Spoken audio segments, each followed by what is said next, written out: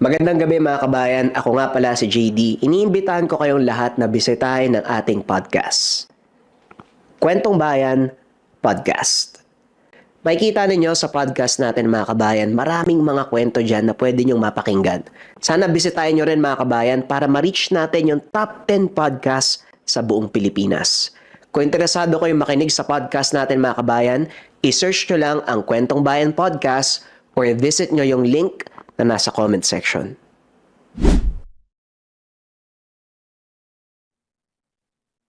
Ang kwentong ito ay hango sa totoong buhay. Mula ito sa isa nating kabayan na itago na lang natin sa pangalang Nonoy. Walang eksaktong taon. Probinsya ng Negros.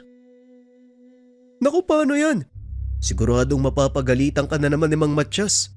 Puro pasana naman yung mukha mo. Wika ni Timoy. Hayaan mo na. Ang importante, nakagante ko kay Marco. Sira ulo eh. Tugon ni Nonoy. Ay naku, ilang beses ko bang sasabihin sa'yo? Huwag mo nang patulan yung grupo ni Marco. Walang utak yung mga yan eh. Eh di ba simula pa lang nung high school tayo, ganyan na sila. Kahit na. Wag lang ako yung pinagdidiskitaan nila. Nananahimik ako eh. Hindi ko sila uurungan. Alam ko naman yun. Pero kung laging ganyan, ikaw lang din yung mapapasama sa mga magulang mo. Andun na yung pagkaloko-loko ni Marco eh. Pero kapag pinatulan mo sila, parang ibinaba mo na rin yung antas ng pag-iisip mo sa level nila. Ay, yan ang napapala mo kakatambay kasama sila tatay. Para kang matanda ko magsalita.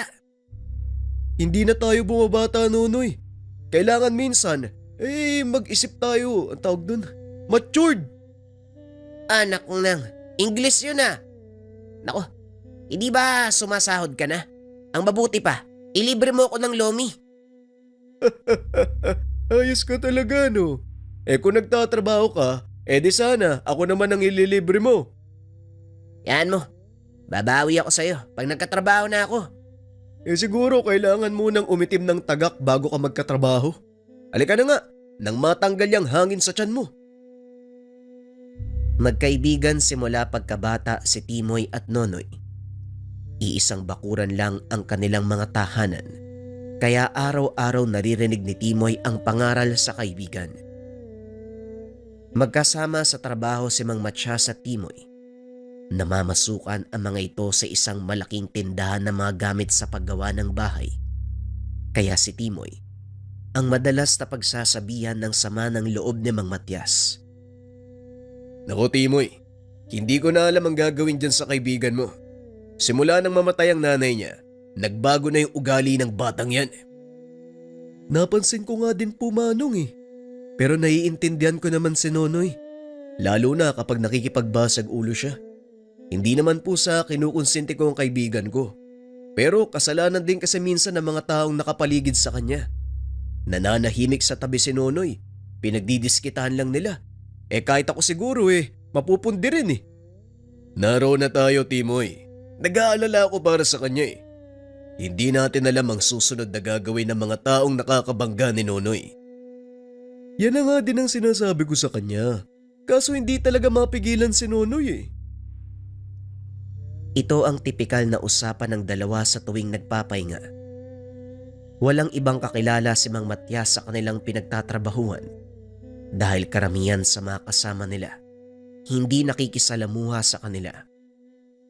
Dahil na rin sa kumalat na kwento sa kanilang bayan na mula sa angkan ng mga mangkukulam itong si Mang Matyas. Ngunit ang katotohanan, isang mahusay na manggagamot ang ama na si Mang Elpidio. Hindi na ito nakatira sa kanilang baryo. Kusa itong lumayo para iiwas ang pamilya mula sa panguusig ng mga taong minsan niyang tinulungan. Manong, nakakabisita pa po ba kayo dun sa tinitirahan ni Lolo Elpidio? Minsan na lang Timoy. Bakit mo na itanong? Naalala ko lang po. Matagal na panahon ay nakalipas no? Hindi pa rin nakakabalik dito si Lolo Elpidio. Hinahanap-hanap ko po yung mga kwento niya eh. Wala tayong magagawa. Yun ang pasya niya eh. Iniisip din kasi ng tatay ang kapakanan ni Nonoy. Pero itong kaibigan mo, parang walang pakundangan. Naisip ko lang Manong bakit hindi mo ipadala si Nonoy doon kay Lolo Elpidio? Baka sakaling matauhan siya sa mga pangaral ng matanda. Pag-uusap ng dalawa habang pauwi galing sa trabaho. Malapit na ang mga ito sa kanilang tahanan nang mapansin ni Mang Matias ang pangkat ng mga kalalakihan. Saan ba nang galing ang mga taong yan? Ngayon ko lang sila nakita dito Hindi ko rin po alam Manong. Pero sa palagay ko para mga tauhan ni Antero mga yan. Antero? Yung may-ari ng malaking pagawaan ng goma sa kabilang bayan. Ano naman yung ginagawa nila dito? Balita ko kasi, binibili ni Antero yung lupa ni Kapitan Lindo. Pero ayaw pumayag ng matanda. Ilang beses na rin silang nagpabalik-balik pero hindi pa rin nila nakukuha yung loob. Ano ba kasing meron dyan sa lupa ni Kapitan Lindo? Ang daming nagkaka-interes Usap-usapan ho kasi sa baryo na may deposito daw ng ginto sa bahaging bundok na nasasakop ni Kapitan. Yun ang pinagkaka-interesan ni Antero. Ginto? Sinong baliw yung nagpakalat nun? Kung may ginto doon, dapat kami ang unang nakatuklas. Kami ni tatay yung nagbakod sa lugar nung nandito pa siya.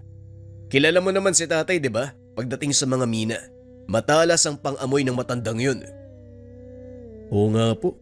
Napansin ko rin marami sa mga taong lumalapit sa kanya mga minero. O hindi kaya naman treasure hunters.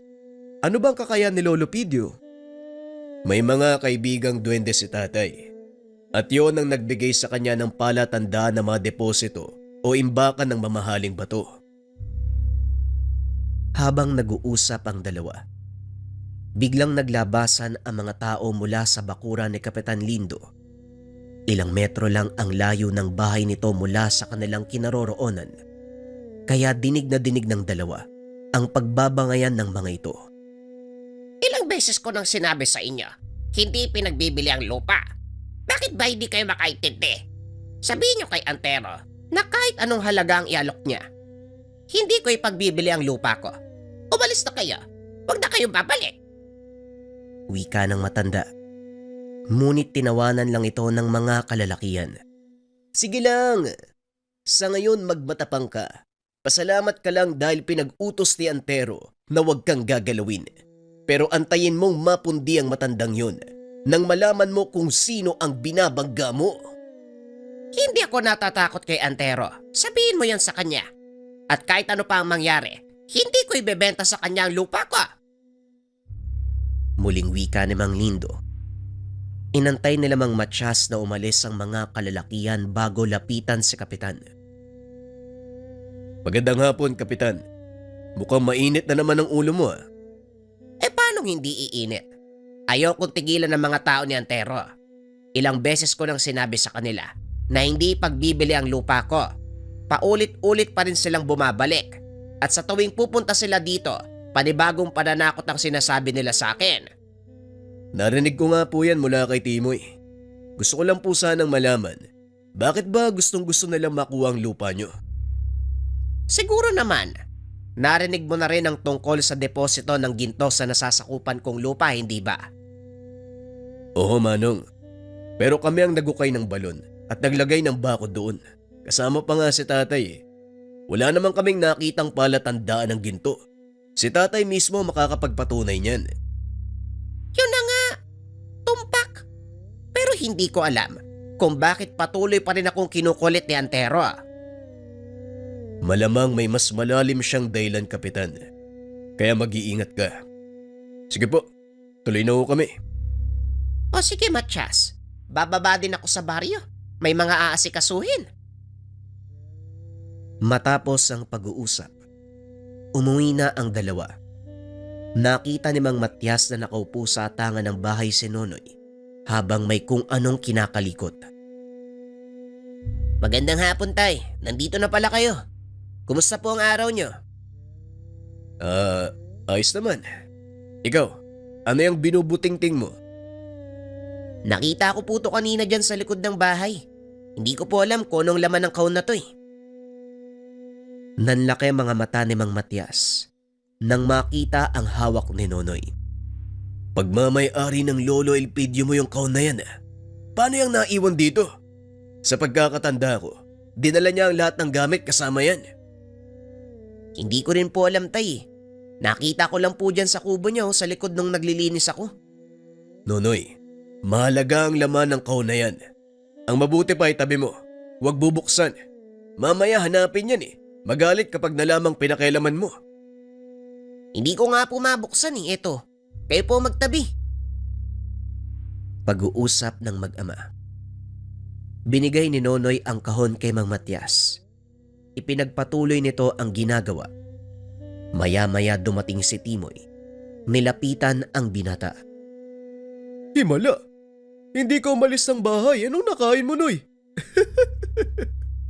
Wala akong ganang maggala sa baryo. At isa pa, gulo lang yung aabutin ko doon eh, pag nakasalubong ko si Marco. Kaya dito na lang ako naglinis ng bakuran. Natawa pa nga sa akin si tatay eh. Sayang. Yayayain pa naman sana kitang bumaba sa baryo. Ikot tayo kahit sandali lang oh. Ikot. Ano naman yung makikita mo dun? Wala namang bago sa baryo ah. Buti sana kung sa bayan tayo pupunta. Yun, marami kang makikita. Malapit na rin kasing magdilim. Kaya alanganin ang pumunta sa bayan. Mabuti pa tulungan na nga lang kita dyan nang matapos na yung ginagawa mo. Mas mabuti pa nga. Eto, walisin mo yung mga nagkalat na dahon dun oh. Ako mag-aakot. Sisindihan ko para walang lamok. Habang nagsisiga ang dalawa, narinig ni Nonoy ang pamilyar na boses ng matanda. Nasa likod bahay sila ng mga oras na yon, kaya dali-daling tumakbo ang binata upang salubungin ito. Ay talagang kilala mo ang boses ko, Nonoy. Nasaan ang tatay mo? Inabot ng binata ang kamay ng matanda. Nagmano ito. Kinuha ni Timoy ang dala nitong bayong. Nasa loob po nagpapahinga. Teka, gabi na. Bakit po kayo bumaba ng bundok? Ay nako, kanina pa ako umalis sa kubo. Kaso lang napadaan ako dun sa kabilang baryo. Alam mo naman, kilala ang Lolo Elpidio mo kahit saan. Kaya marami ang nagpatingin sa akin.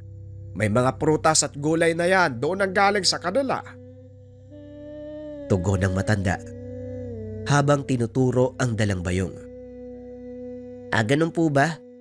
Ay tara na po muna sa loob ng bahay. Siguradong matutuwa si tatay. Yun lang. Baka hindi matawa ang tatay mo sa ibabalita ko. Ano po ba ang nangyari? May sakit po ba kayo, Lolo? Hindi yon, iho. Mabuti pa pumasok na muna tayo. Timoy, sumama ka. Kailangan mong marinig ang sasabihin ko. Pumasok ang tatlo sa loob ng bahay. Napatayo sa kanahigaan si Mang Matias nang makita ang matanda. Mano po tay? Gabi na. Bakit po kayo napasugod? May mahalaga akong sadya. Lalo na kay Kapitan Lindo. Pero bago ko siya kausapin, kailangan marinig niyo muna ang lahat. Tungkol po saan yan, tay? Naalala mo ba yung ginawa nating balon? Pati na rin yung bakod na sakop sa lupay ni Lindo. Naalala ko, tay. Paano ko makakalimutan yun? Yun ang pinakamalalim na balon na nahukay ko. Yan mismo ang sadya ko dito. May mga bagay akong hindi sinabi sa inyo nung araw na natapos natin ang paghukay. Kung natatandaan mo, bumaba ako sa balon para tignan ang tuburan, hindi ba? Oo, tay. Tandang-tanda ko po yun. Pero hindi ako nakapagtanong eh. Bakit nga ba, tay? May naiwan akong maliit na kahon dito. Inilagay ko yon sa taas ng maliit na mesa. Kung napapasok yung kubo, makikita mo yon. Naalala ni Nonoy ang maliit na kahon na ibinigay sa ama. Nakita ko nga po yung kahon na yun, Lolo. Inabot ko po kay tatay eh. Bubuksan ko sana. Kaso ayaw bumukas eh. Ano po bang laman nun? Ang mabuti pa kunin mo, Matias, nang malaman niyo ang laman. Tumayo si Mang Matias. Kinuha ang kahon sa silid. Inabot ito kay Mang Elpidio. Nagtataka nga po ako kung bakit nyo iniwan ang kahon na yan. Alam kong mahalaga ang lahat ng mga gamit nyo. Sinadya kong iwanan ito dahil ayoko matukso. Tugon ng matanda. Sabay ihip sa kahon. Nagulat si Nonoy dahil kusa itong nagbukas. Teka, ano pong ginawa nyo? Paano pong bumukas yung kahon? Ang kahon na ito ay selyado ng isang orasyon na ako lang ang nakakaalam. At ito ang laman ng kahon. Tinanggal ng matanda ang itim na tela na nakabalot sa laman ng kahon. Tumambad sa kanila ang malaking tipak ng ginto na halos kasing laki ng kamao ng isang sanggol. Nakuha ko ito sa ilalim ng balon. Nang bumaba ako para siyasatin, nakabara ang tipak ng ginto sa isa sa mga tuburan. Nung una akala ko, dilaw na bato. Ngunit nang tinamaan ng liwanag, doon ko napagtanto hindi pangkaraniwan na bato. Hindi makapaniwala si Mang Matias sa mga nakita. Ako nagukay pero hindi ko napansin na may ginto pala sa lugar na yun. Kahit ako hindi makapaniwala dahil wala namang palatandaan na may deposito nga ng ginto sa lugar. At ito ang dahilan kung bakit ako pumunta. Hindi lang sa lupa ni Mang Lindo matatagpuan ang deposito, kundi maging sa buong sityo ng biyak na bato. Sigurado ka ba, Tay? Saan ang galing ang impormasyon na yan? Binulong sa akin ang mga kaibigan kong duwende. Sigurado ko sa sinasabi ko. Kailanman hindi sila nagkamali at hindi nila ako nililinlang. Kung sakaling totoo man ang sinasabi mo, delikado nga ang lagay ng mga tao dito sa atin. Pero ang tanong, paano kang papaniwalaan ng mga tao? Hindi ba galit sila sa'yo? Wala na akong magagawa doon. Ginawa ko lang ang alam kong tama na mga sandaling yon. Kaya malinis ang konsensya ko. Nasa kanila kung maniniwala o hindi. Mahirap yan, Tay. Pero kung si Kapitan Lindo ang kakausap, sigurado naman maniniwala sila. Isa pa sa mga dahilan ko ng pagparito, makausap si Kapitan Lindo. Siya lang ang makakatulong sa atin para maliwanagan ang mga tao. Delikado. Lalong-lalo na kapag merong nagka-interes sa ginto. Mahirap na kapag nagising ang dalawang nagbabantay. Nagising ang dalawang nagbabantay? Pero Tay, naalala ko lang, kanina pagdating namin galing sa trabaho, may taong nagpunta kay Kapitan Ang totoo, ilang beses na silang nagpapabalik-balik. Pinagpipilitan nila na bilhin yung lupa ng matanda pero nagmamatigas si Kapitan Lindo. Mga tao, sino mga yon? Kilala nyo ba? Mga tauhan po sila ni Antero, yung may-ari ng malaking pagawaan sa bayan. Si Antero. Ay, talaga nga naman. Siya din ang naging sanhi ng problema sa kabilang bayan. Hanggang ngayon, nararanasan pa din ng mga tao ang pahirap na binigay niya. Maraming nawala ng malinis na tubig inumin dahil sa kemikal na inalalabas ng kanyang planta. Kilala mo pala ang taong yun, Tay? Sa palagay ko, magiging sanhi ng problema sa baryong isang to. Kung hindi siya mapipigilan, magkakaroon ng malaking gulo. Sa ngayon, ang kailangan natin gawin kausapin si Kapitan Lindo. Maigi nang malaman niya ang binabalak ng taong yon. Ipagpabukas na natin, Tay. Gabi no? At isa pa, malayo ang pinanggalingan mo. O sige, bukas ng umaga, kakausapin ko ang taong yon. Ano bang hapunan natin dyan? Habang kumakain, hindi sinasadyang napasilip si Nonoy sa bintana. Nakita nito ang ilang kataong naglalakad. Papunta ang mga yon sa direksyon ng bahay ni Kapitan Lindo. Napansin naman ni Mang Matias. Nakatulala ang binata habang nakatitig sa labas ng bahay. Oy Nonoy, kumakain ka hindi ba? Bakit ka nakatulala dyan? Kasi putay, may mga taong papunta kay na Kapitan May dala po sila mga sulo. Hindi ko nakilala kung sino Baka mga tanod lang. Siguro may kailangan kay Kapitan. Sige na. Tapusin mo na yung pagkain mo nang makapagpahinga na tayo. Ipinagpatuloy ng binata ang pagkain. Ngunit ilang sandali lang, narinig ng mga ito ang boses ng matanda. Sumisigaw at galit na galit. Sa palagay ko, hindi tanod ang mga taong yun. Yan din ang hinala ko. Halika Matias, puntahan natin. Naglakad ang dalawa papunta sa bahay ni Kapitan Lindo. Inaya ni Nonoy ang kaibigang si Timoy, ngunit nakatulog na ito sa kinauupuan. Ay naku, bahala ka nga dyan. Kakatapos lang kumain, tulog na kagad. Mag-isang sumunod si Nonoy sa tahanan ni Mang Lindo.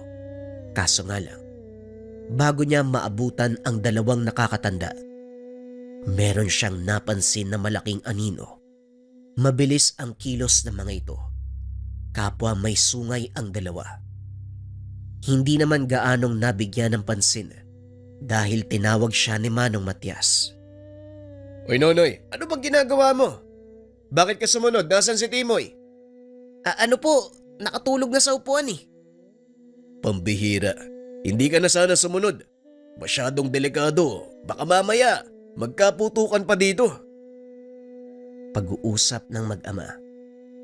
Pagdating ng mga ito sa tahanan ng kapitan, nakita ni Mang Matias ang 4 na kalalakihan. Kahit nakatalikod ang mga ito sa kanya, nagawang kilalanin ng Ginoo ang isa sa mga panauhin ni Kapitan Lindo. Sila din yung mga kalalakihang pumunta sa kanya kaninang hapon. Nakakapagtaka. 10 oras na ng gabi. Babalik pa sila upang kulitin lang ang matanda. Ano Kapitan? Huling pagkakataon. Nauubos na ang pasensya ni Antero sa'yo. Hindi mo pa rin ibinibenta sa kanya ang lupain. Wala ko pake kung maubos man ang pasensya ni Antero o kahit maubos ang kaluluwa ng taong yon. Hindi ko binibenta ang lupa kahit ano magyari. Kung ganun, wala na kaming magagawa. Pasensya na tanda. Pero sumusunod lang ako sa utos ng amo ko. Sumenyas ang isa sa mga kalalakihan. Hinagis ng isa ang hawak na sulo sa bubong ng bahay. Dahil gawa sa kugon, mabilis na natupok ang bahagi ng bahay na tinamaan ng sulo. Bumunot ng itak ang kapitan, akmang susugurin sana ang mga kalalakihan nang biglang sumigaw si Mang Elpidio. Hangal ka talaga, Lindo. Kahit kailan hindi ka nag-iisip, puro katapang, puro kasigaw. Sa palagay mo, anong magagawa ng itak laban sa barel? Walang alam ang mga kalalakihan na nasa likod nila si Mang Elpidio at Matias. Napalingon ng mga ito nang magsalita ang matanda. Tama ka nga naman tanda. Pero wala dapat kayo sa lugar na ito. Sige na, magsipagalis kayo. Ikaw ang hindi dapat na nandito. Anong kawalang hiya ng ginawa mo? Wika ni Mang Elpidio habang kinukumpas ang kamay. Laking gulat ng mga kalalakihan dahil namatay ang apoy sa bubong ng bahay ni Kapitan Lindo. Nagtaka ang mga ito, maliban na lang kay Berto, na tila alam kung ano ang ginagawa ng matanda. Isang matandang pakialamero. Hay nako, ayoko sanang pumatol sa mga gurang. Kaso wala akong magawa dahil ang hilig niyong makialam. Hindi ba pwedeng maupo na lang kayo sa tumba-tumba at humigop ng mainit na salabat? Pasensya na, pero wala kaming tumba-tumba at saka hindi ako umiinom ng salabat. Ganun ba? Sa palagay ko, isasama ko na lang din kayo sa mga ililibing ngayong gabi. Mga bata, siguraduhin walang makakaalis sa kanila. Nilapitan ng mga kalalakihan sila Mang Elpidio. Tinutukan ng baril. Nanatiling kalmado ang tatlo. Inutusan ni Matias si Nonoy na umatras ng kaunti dahil alam nito na may gagawin ang matanda. Sigurado ba kayo na ito ang gusto nyo? Abat mayabang kang matanda ka? Oo, ito ang gusto namin at sisiguraduhin kong 6 na talampakan ng lupa ang itatambak ko sa katawan mo mamaya. Hindi naman pagmamayabang ang magtanong, hindi ba? Bueno, kung ito ang gusto nyo, yan ang ibibigay ko. Tumalikod ang matanda. Naupo sa lupa. Sabay hampas ng 3 beses ng tungkod sa lupa. Ilang segundo lang yumanig ang paligid. Naglabasan ang 2 uri ng nilalang sa lupa. Ang mabuti pa dumapa kayo para hindi kayo makita ng dalawa. Dali-daling dumapa ang mag-ama. Habang si Mang Elpidio may kung anong ginuguhit sa lupa. Dahil sa takot napadapa na din si Kapitan Lindo. Walang tigil namang pinagbababaril ng mga kalalakian ang nilalang na tinawag ni Mang Elpidio. Ang wangis na mga ito, isang uri ng kalabaw, pero ang katawan ay sa tao. Ito rin yung 2 anino na nakita ni Nonoy kanina. Mukhang alam ko na kung sino ka, tanda. Ikaw nga si Elpidio, ang kilalang manggagaway sa baryong Biak na Bato. Nakakapagtaka, kahit ilang ulit ng itaboy ng mga kababaryo mo, nandito ka pa din. Ang kapal ng apog mong matanda ka, matapos mong patayin ang isang buong pamilya. Ganun ba? Mali ang nakarating sa iyong kwento. Hindi ako pinalayas, kusa akong umalis. Dahil ayoko magdulot ng kaguluhan sa sarili kong baryo. May dahilan kung bakit ko pinatay ang pamilyang yon. Dahilan? Alin? Yung sinasabi mong mga aswang sila. Kalokohan. Walang ibang aswang sa baryong ito kung hindi ako. Kaya pasensya na. Alam mo na ang sekreto ko. Hindi na kita papatagalin pa. Hindi ako natatakot sa iyo. At sa palagay ko, ikaw ang hindi magtatagal. Sinugod ng lalaki si Mang Elpidio. Hindi pa man ito nakakalapit sa kanya. Hinambalo siya ng isa sa mga higanting nilalang. Tuluyan siyang napadapa sa lupa. Paulit-ulit inaatake ng nilalang.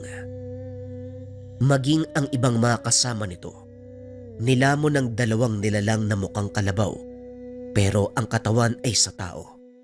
Karumal-dumal ang nasaksiyan nila. Bawat parte ng laman, kinakain ng 2 nilalang. Bago tuluyang mamatay, nag-iwan ng babala si Berto. Walang yakang matanda ka. Sa oras na malaman ni Antero ang ginawa mo sa akin, siguradong malilintikan ka. Yun nga ang inaantay ko eh. Tignan natin kung anong gagawin ni Antero sa oras na malaman niyang ako ang pumatay sa'yo. Matapos itong sabihin ng Mang Elpidio, muling sumugod ang nilalang. Walang pagdadalawang isip na binali ang ulo ng kalaban. Nilingon ni Mang Elpidio si Matias. Inutusang dali ng katawan ng lalaki sa harapan ng bahay ni Antero. Nababaliw ka na ba, tay? Bakit naman namin gagawin yun? At isa pa, hindi ko alam kung nasaan ang bahay ng Antero na yan. Pinakamayamang tao sa bayan si Antero. Natural siya nagmamay-ari ng pinakamalaki at pinakamagarang mansyon sa lugar. Yon ang hanapin nyo. Nang gabing iyon, kinarga ng mag-ama ang katawan ng lalaki sa karo. Dinala sa bayan. Mabuti na lang at wala ng tao sa labas, kaya hindi sila napansin. Tinakpan din ng mga ginapas na dayami ang katawan ng lalaki upang itago ito. Nang makarating sa bahay ni Antero, kagad nilang ibinaba ang bangkay. Ngayon tignan natin kung ano magagawa ng Antero na yan. Halika na, nagawa na natin ang pakay dito. Balikan na natin si Kapitan. Siguro hanggang ngayon, tulala pa din ang taong yon. Lolo naman, ikaw ba naman yung makakita ng 2 kalabaw tapos yung katawan sa tao eh? Hindi ka ba matatakot? Nararapat lang ang nangyari sa mga perwisyo. Nagkamali sila ng baryong papasukin. Pagdating sa tahanan ni Kapitan Lindo, nakaupo ito sa atangan. Naroon na din si Timoy. Tinutulungan ang matanda na ayusin ang mga nagkalat na gamit. Kumusta ang pakiramdam mo, Lindo? Maayos naman, Manong. Kaso itong bahay ko, sinira ng mga lintik. May mangyayari pang mas malaking gulo. Sa mga sandaling ito, siguradong nagkakagulo sa bahay ni Antero. Malalaman niya kung sino ang responsable sa pagkamatay ng tauhan niya. Anong balak mong gawin ngayon? Kung tatanungin mo, handa ko ipaglaban ng patayan ng aking baryo at lupain. Dito na ako lumaki at tumanda. Hindi ako papayag na sirain nila ang tahanan ko. Gaya ng dati, Lindo, ako na ang bahala. Tay, sigurado ka ba? Baka lalo lang magalit sa'yo mga tao. Magalit sila kung magagalit. Mahihimasmasan din ang mga yan sa oras na malaman nila na para sa kabutihan ang ginagawa ko. Ilang araw ang nakalipas.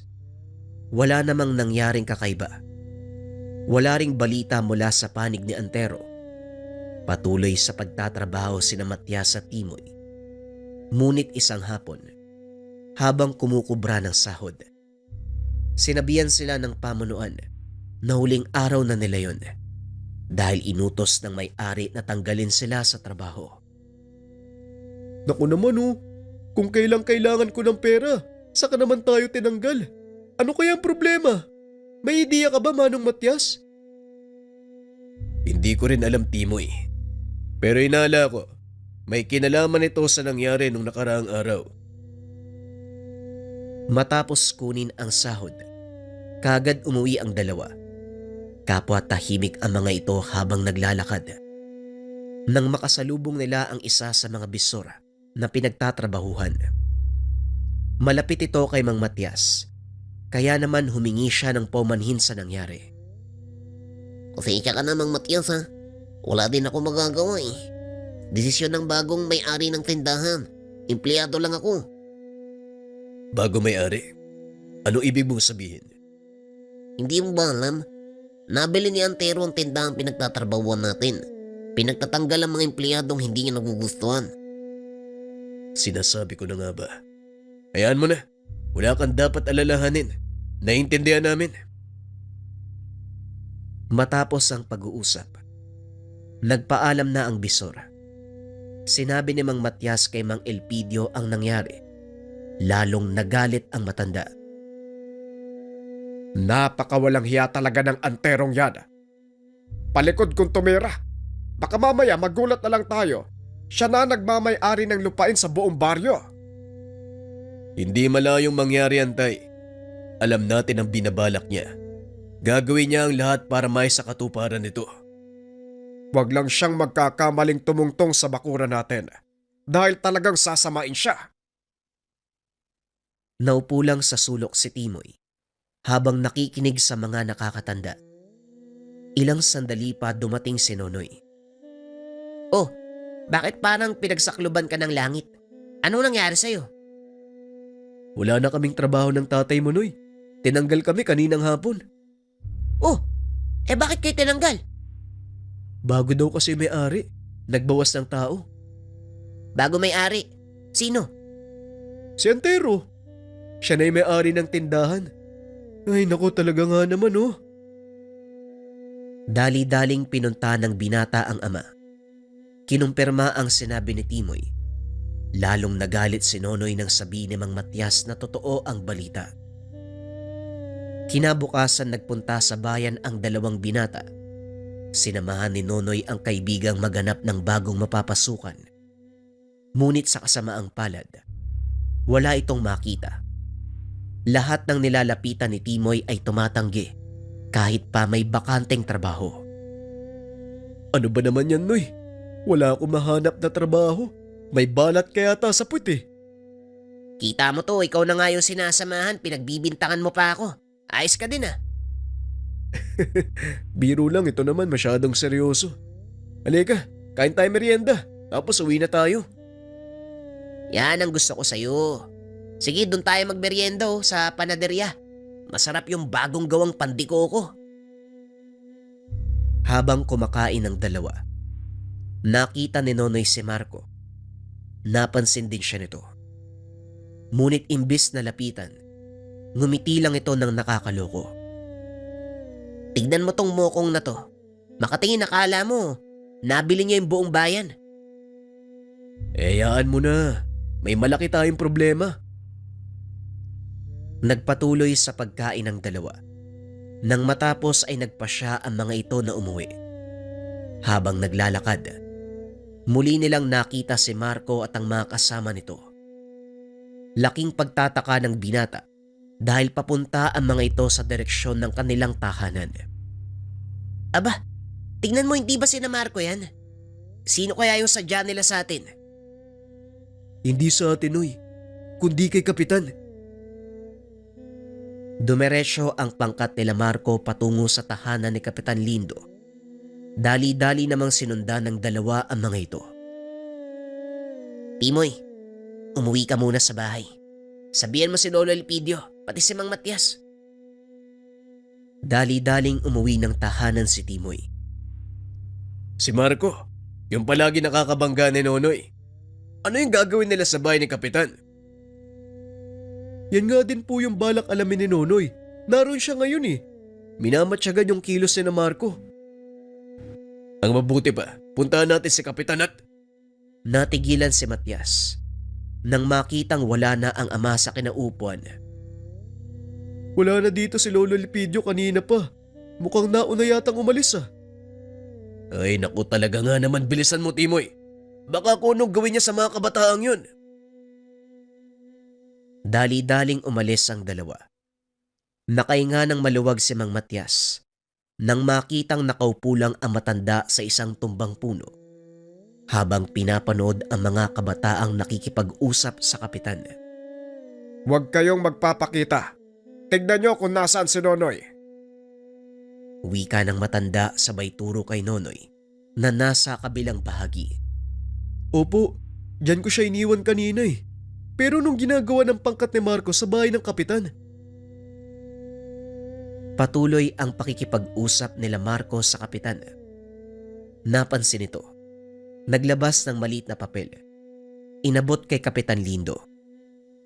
Mahinahon ang pakikipag-usap nito. Ganon din ang mukha ng matanda. Walang anumang bahid ng galit, kaya lalong naintriga si Nonoy. Maya-maya umalis ang pangkat. Dali-daling nilapitan ni Mang Matias si Kapitan Lindo. Samantalang si Nonoy, sinundan ng pangkat ni Marco. Nandyan pala kayo. Anong ginagawa nyo dito? Nakita namin papunta dito yung grupo nila Marco eh. Ano bang ginawa nila dito? Si Marco ba ay nagpasa sa akin ng papeles? Gusto niya maging isa sa mga bantay baryo. Bantay baryo! Yung siraulong yun! Maniwala ko malamang. May binabalak na namang hindi maganda ang taong yun, kaya siya naparito. Hindi ganun si Marco.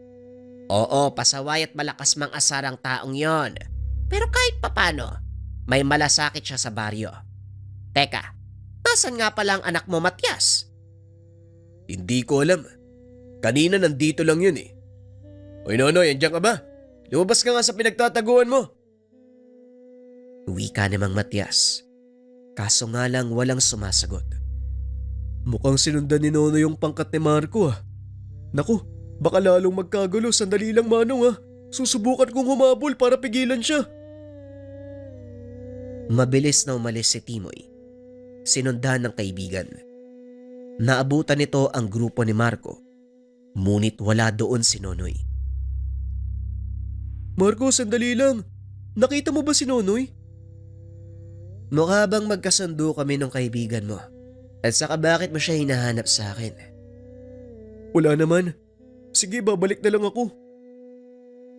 Dahil hindi mahanap ang kaibigan, umuwi si Timoy. Laking gulat nito nang biglang may humila sa kanya papunta sa gilid ng daan. Anong ginagawa mo? Bakit ka sumunod? Nasira tuloy yung diskarte ko. Nag-aalala yung tatay mo eh, bigla ka na lang nawala eh. Hindi na ako nagsabi sa kanila dahil alam kong hindi papayag si tatay. Pero gusto kong malaman kung anong pakay ni Marco kay Kapitan Lindo.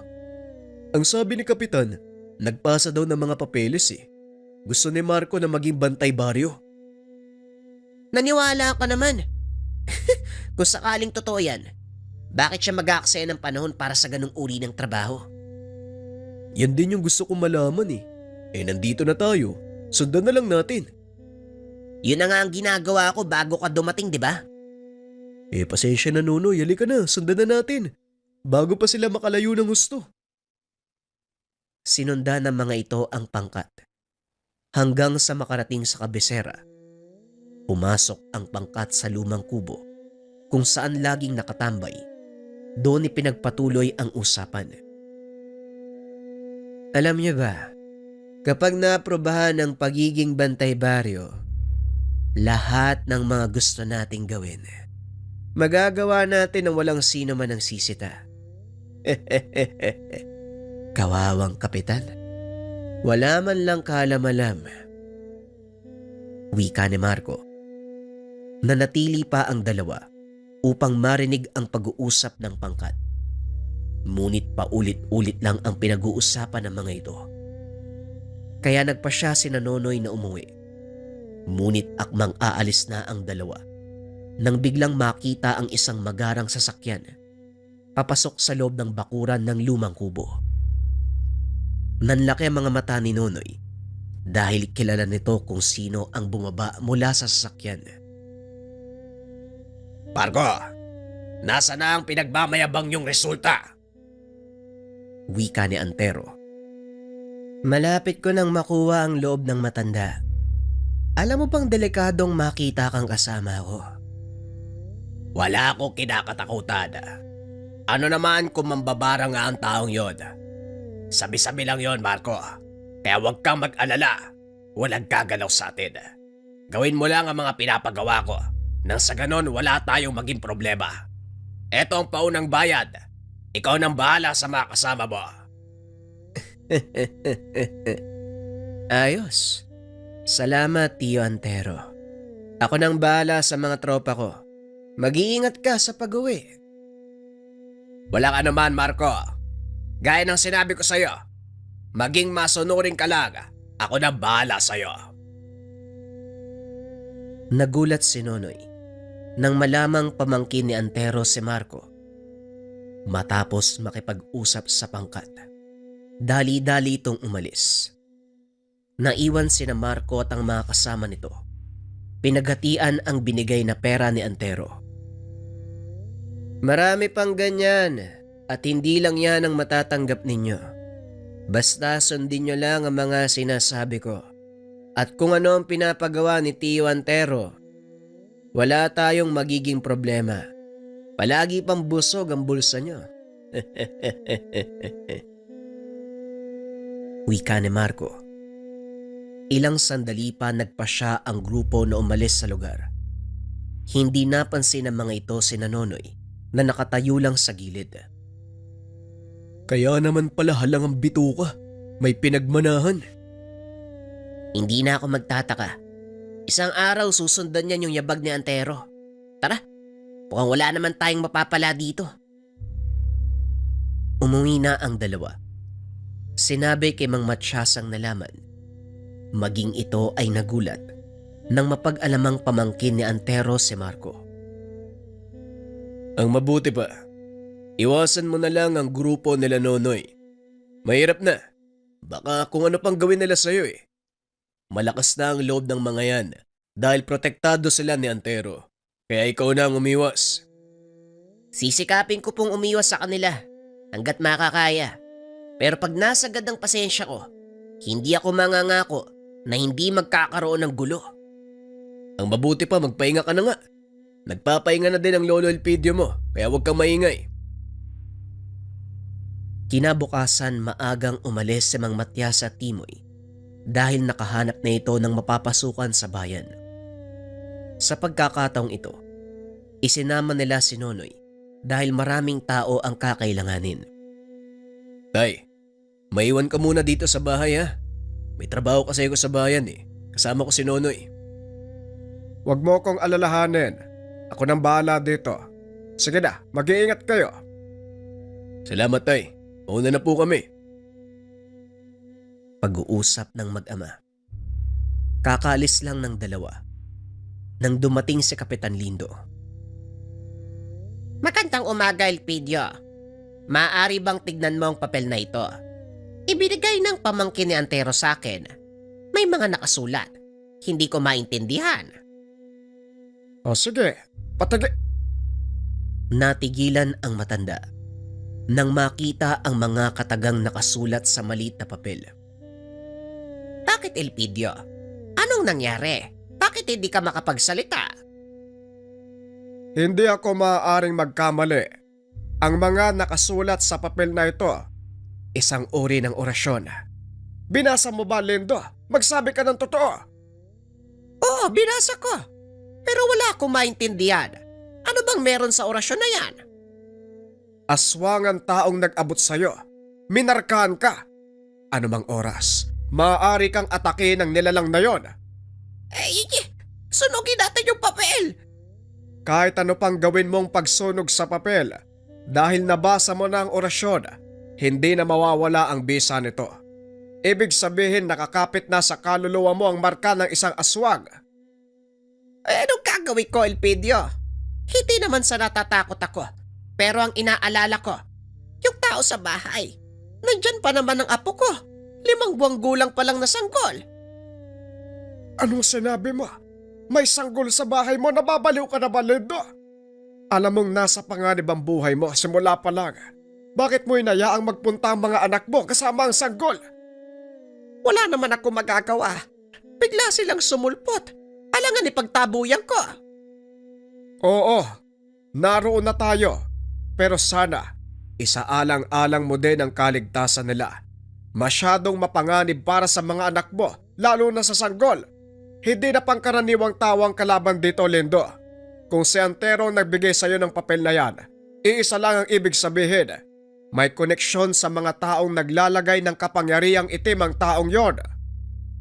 Ngayon anong balak mong gawin, Elpidio? Pasensya na. Ako ang kapitan, pero parang ako ang palaging humihingi ng tulog. Hindi naman ibig sabihin na kapitan ka, marami kang nalalaman. May mga desisyon na kung minsan kailangan mong sumangguni sa iba para mapag-isipan ng mabuti. Huwag kang mag-alala.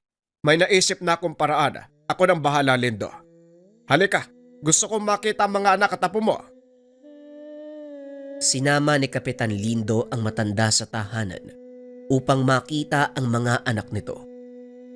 Kung hindi nyo na itatanong, si Mang Elpidio ang nilalapitan ni Kapitan Lindo sa tuwing magkakasakit ang kanyang mga anak at tanging ang matanda lang ang nakakapagpagaling dito.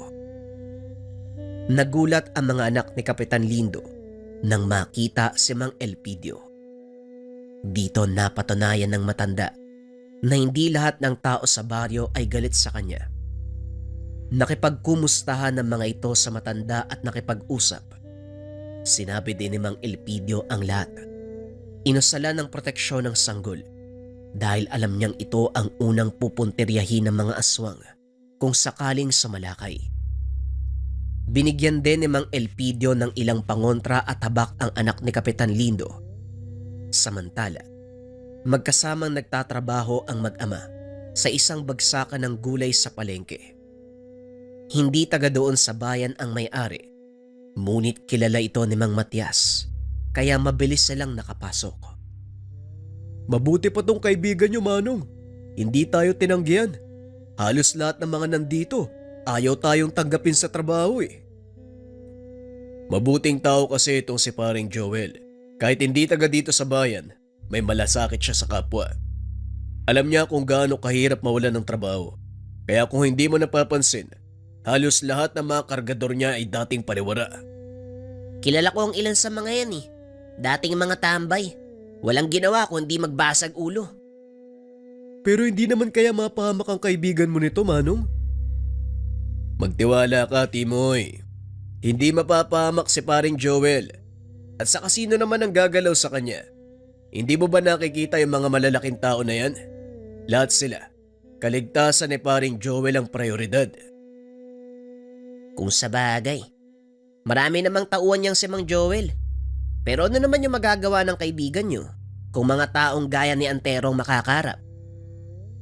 Hindi basta-basta si Joel. Sigurado kung hindi siya gagalawin ni Antero. Sige na, bilisan nyo nang tapusin niya mga kaing nang makalarga na tong truck pabalik sa bayan. Pagsapit ng hapon, natapos na nila Nonoy at Timoy ang lahat ng mga trabaho. Nagpaalam na ang mga ito na uuwi. Pagod na pagod ang tatlo nang dumating sa tahanan. Nabutan pa ng mga ito si Lolo Elpidio na naghahain ng pagkain. Aba, saan ang galing tong mga ulam, tay? Kay Kapitan Lindo, nandyan ang mga anak niya kaya nagluto sila. Binigyan tayo. Kaya pala mamaya Nonoy, Matias, maaari bang doon muna tayo matulog sa tahanan ni Kapitan? Bakit naman po, tay? May sarili naman tayong bahay ah. May ibinigay na papel si Lindo sa akin at nalaman kong orasyong pangmarka yon ng isang aswang. Minarkahan si Lindo at paniguradong maging ang mga anak niya, markado na din. Delikado ang lagay nila, lalo pat may sanggol sa kanilang tahanan. O sige, walang problema. Pero ano pong gagawin niyo kung sakali? Ako nang bahala doon. Sa ngayon, bilisan nyo na makakain na. Pupuntahan natin si Kapitan Lindo. Matapos kumain, tumuloy na ang mga ito sa pagpunta kay Kapitan Lindo. Naglabas ito ng lambanog. Nag-inuman ang mga nakakatanda habang sina Nonoy at Timoy nakabantay sa mga susunod na mangyayari. Malakas ang kutob ng binata na may magaganap ng gabing iyon. Sa kailaliman ng gabi, habang masayang nag-uusap ang mga naroon, naramdaman ni Mang Elpidio ang isang malakas na presensya. Pasimple itong tumayo, nagkunwaring iihi. Tinapik nito sa balikat si Matias. Alam na nito ang ibig sabihin ng ama, kaya makalipas ang ilang minuto, sumunod na din si Matias palabas ng bahay. Mga anak, pumasok na kayo sa kwarto. Gabi na, patulugin niyo na ang sanggol. Utos ni Kapitan Lindo sa kanyang mga anak. Nagpasukan naman ang mga ito sa silid. Samantalang nakaidlip na si Nonoy nang mapansin itong biglang tumahimik sa loob ng tahanan. Ano kayang nangyayari? Bakit tumahimik si na tatay? Naku, baka lasing na. Hindi. Tignan mo si Lolo Elpidio. Papunta dito oh. Nakasunod si tatay at kapitan. Ano kaya nangyari? Maya-maya ay nakalapit na sa kanila ang matanda. Sinabihan ng mga ito na sila ang magbabantay ng bahay. Manatili kayo sa atangan ng bahay, Nonoy. Hawakan niyo ang garapon ng asin at isang bote ng langis. Para saan po tong langis, Lolo? Alam ko po, asin ang para sa mga aswang eh. Pangontra sa mga aswang ang langis na yan. Sa oras na dumating sila, kagad yung malalaman dahil kukulo ang laman ng bote. Ilang sandali nga, nagsimulang kumulo ang langis. Lalong lumakas ang enerhiyang nararamdaman ni Mang Elpidio. Mukhang nandito na sila, Lolo. Ano pong gagawin natin? Manatili kayo dyan sa atangan. Huwag kayong aalis. Matias, doon ka sa likod ng bahay. Lindo, manatili ka sa tabi ko. Habang nagsasalita ang matanda, isang figura ang nagpakita. Naglakad ito papunta sa kanilang kinakatayuan, ngunit hindi magawang lumapit ng husto dahil na rin sa malakas na bakod na inilagay ng matanda. Sinasabi ko na nga ba? Mang Elpidio na naman. Mabuti at nagkita tayo dito. Hindi na ako mahihirapang hanapin ka kung saan. Alam ko na ang dahilan kung bakit ka nandito. Siguro nakita mo na ang ginawa ko sa tauhan mo. Oo, alam kong ikaw ang may gawa nun. Pero tignan natin kung hanggang saan ang husay mo, tanda. Hindi mo pa nga ako kilala. Pero ikaw, kilalang kilala ko, Antero. Ikaw ang nag-iisang anak ni Alpon, ang aswang na pinatay ko, na naging dahilan kung bakit nagalit sa akin ang mga tao. Ikaw din ang nagpakalat ng maling balita tungkol sa akin upang pagtakpan ang katauhan ng iyong ama. Oo, at ang lahat ng nangyari dito ay gawa mo. Gawa ko o bunga ng pag-iigante mo. Huwag mong baliktarin ang mga nangyari, Antero, dahil kahit anong gawin mo, lalabas ang katotohanan. wala nang lalabas sa katotohanan. Dahil sisiguraduhin ko, lahat kayong nandito ngayong gabi, magiging hapunan na makasama ko. Naglabasan mula sa paligid ang napakaraming nilalang. Napalibutan ang buong bakuran. Ngunit hindi nila magawang pasukin ang depensang ginawa ni Mang Elpidio. Hindi ka makakapasok sa bakuran. Kung ako sa'yo, umalis ka na lang. Aalis. Sa palagay mo, ganun lang kadali ang bagay na yon. Ito ang pinaka-inaantay ko. Alam mo bang sinadya kong gumawa ng kaguluhan sa pamamagitan ng pagbabanta sa kawawang kapitan na aagawin ko ang kanyang lupain para lumabas ka?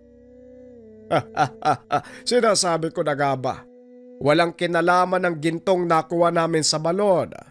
Ako ang totoo mong pakay. Simula nang patayin ko ang ama mo. Tama na ang satsat. Alam kong may kahinaan ang depensa mo at alam ko na hindi mo masasakop ang kalangitan. Napatingala si Mang Elpidio.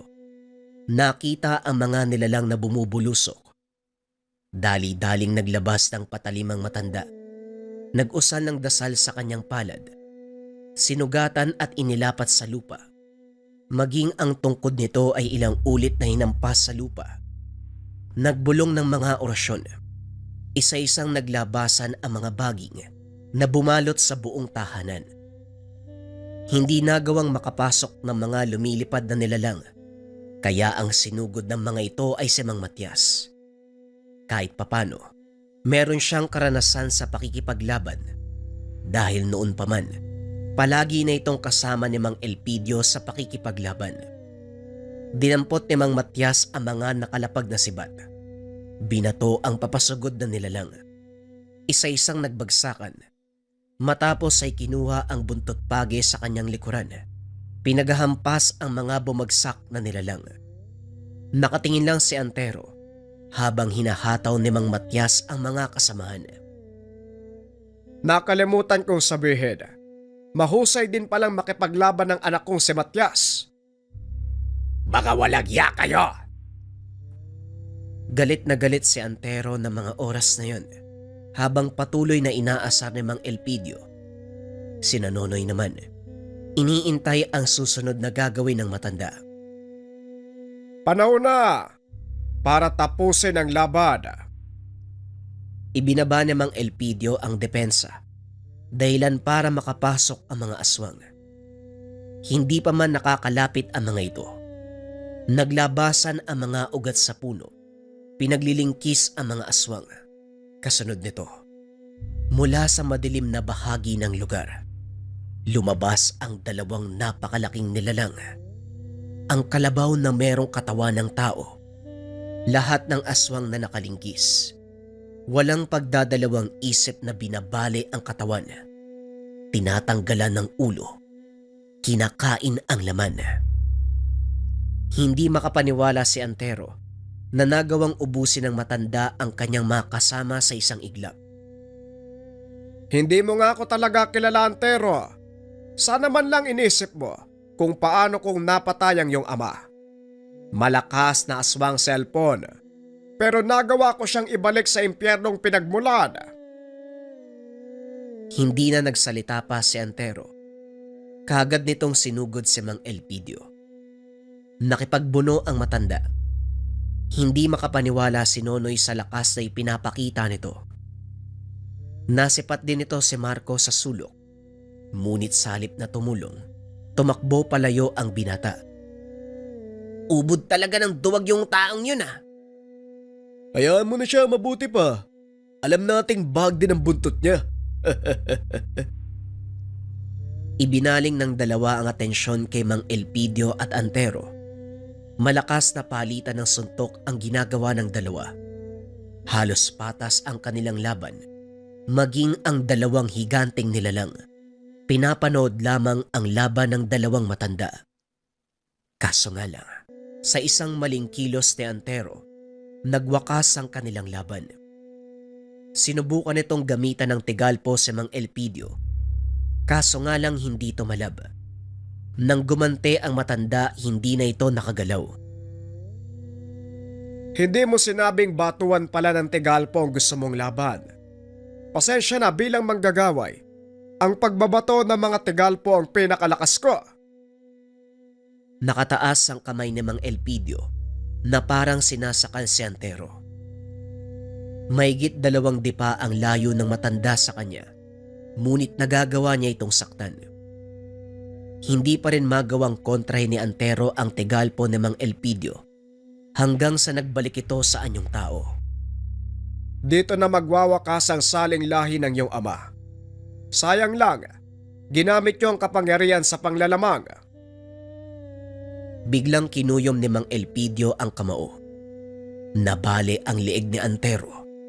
Kagad kumilos ang 2 nilalang. Mula sa kamay at paa, hinila ng 2 nilalang ang katawan. Nabali ito sa 2. Walang pagdadalawang isip na kinain. Dito na nagwakas ang buhay ng isang gamang aswang. Sinayang ni Antero ang kanyang pagkakataon sa paghiganti. Nabalot ng galit ang taong ito na naig ang paghiganti hanggang sa tuluyang lamunin ang kadilema ng kanyang puso. Matapos ang kaganapang iyon, nagbalik na sa ayos ang lahat. Gamit ang kakayahan ni Mang Elpidio na magbura ng alaala, tinanggal nito sa isipan ng mga anak ni Kapitan Lindo ang kaganapan. Naibalik din sa dating may-ari ang mga nabiling ari-arian ni Antero at muling nagkaroon ng kaayusan sa lugar. Naglaho na lang din sa isip ng mga tao ang usapin tungkol sa gintong natagpuan sa balon ni Kapitan Lindo. Minabuti nila na wag itong ilantad para mapangalagaan ang lugar.